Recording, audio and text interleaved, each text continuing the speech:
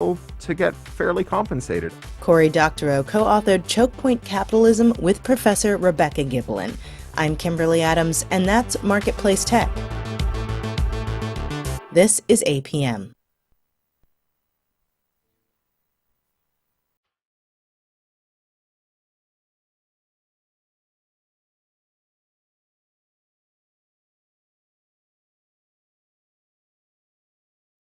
Joining me this morning to talk a little bit about their upcoming appearance here at San Juan College coming up on Wednesday, the authors of the One Book, One Community selection that's been selected for this fall called Send a Runner. The authors of that book, Jim Kristofic and Edison Eskeets. Gentlemen, good morning and welcome to KSJE. Thank you for being with me. Thank you. This is Edison. Morning. Thank you for the invitation. You are welcome. And Jim, good morning to you. Good to see you both. Thank you. Good morning.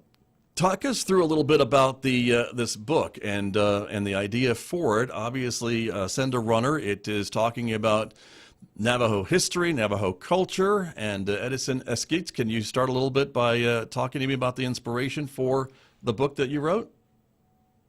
Yes, it is complicated, but it's on my behalf. It's been in the works for about over 40 years.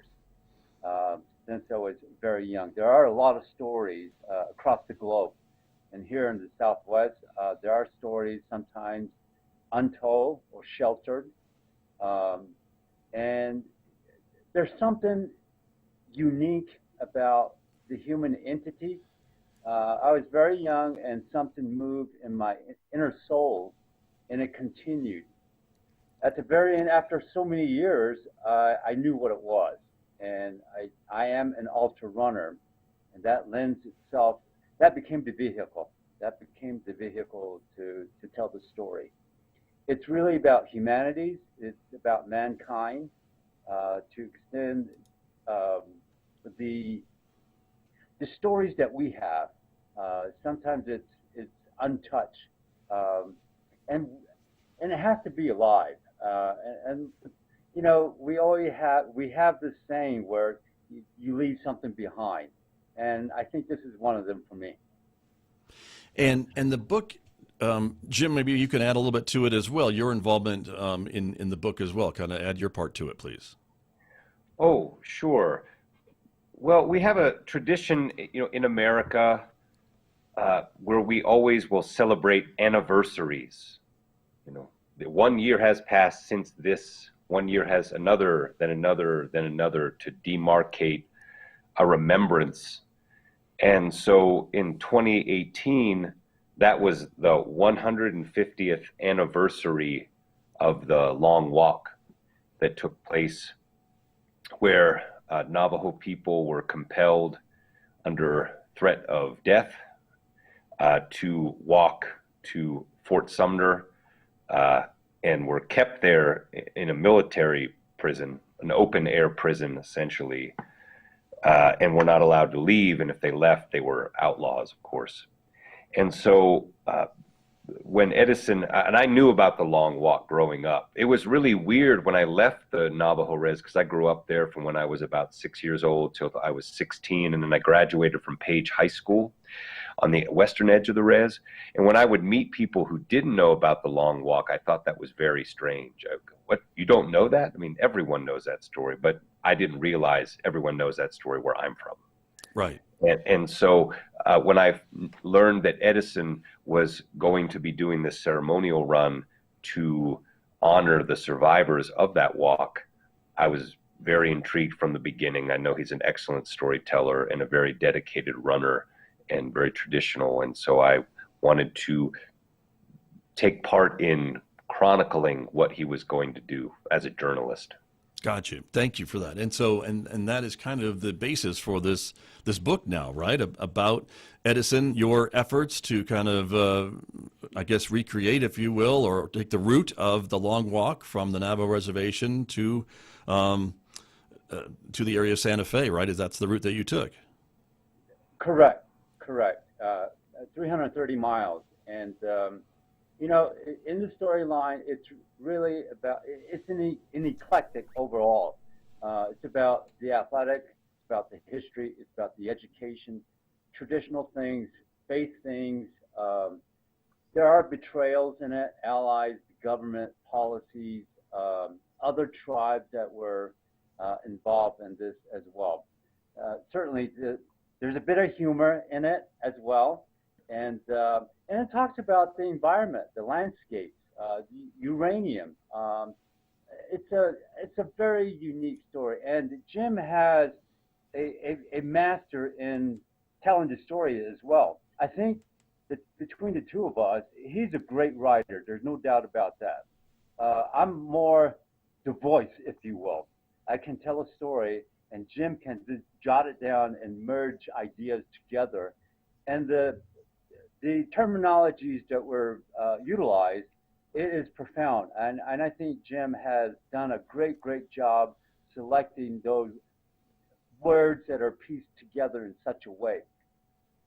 Well, it sounds like you two make up a great team, I think, in your efforts. And the book, as I mentioned, has been selected here at San Juan College as the One Book, One Community selection. And that means that you both will be here on campus on Wednesday at 6 p.m. in the Connie Gotch Theater to talk a little bit about this book and talk to the public a little bit and maybe sign some books and answer some more specific questions about the book and the message that you hope the communities maybe get from it. And what are some of the things you hope folks are getting out of reading this book? Edison? Hopefully it's to trigger the so-called I guess in the mainstream, there is a mainstream society as well. In that mainstream, we are divided in different avenues, and we come together as a whole. But I think it's important to have your cultural elements, aspects of life supporting. That makes us the people that we are, and to share it with the folks who are across the globe. There are similarities, and I think it's valuable. And again, it is a harsh read, but it's a true story, and I think people would, and I know whoever reads it, if you're connected to it or engaged in such a way, this is kind of a lifetime book. I mean, it is described in such a way, there's so much to cover. I mean, athleticism in itself, what does it take to be a long ultra runner? Faith-based, spiritual things. And one thing that I think is important on behalf of the Navajo tribe, I call them Nabahi. When these folks were rounded up, they still had hopes, they had dreams, and they marched. Well, you know, thousands of them didn't make it home. Meanwhile, they tucked away their prayers, their songs, their food, their attire, their jewelry, and so forth. And some of them never made it home. So they're still buried. Right.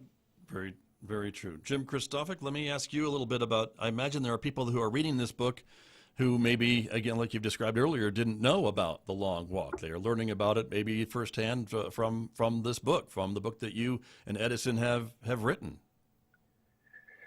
Yes, and I'm glad they're reading it.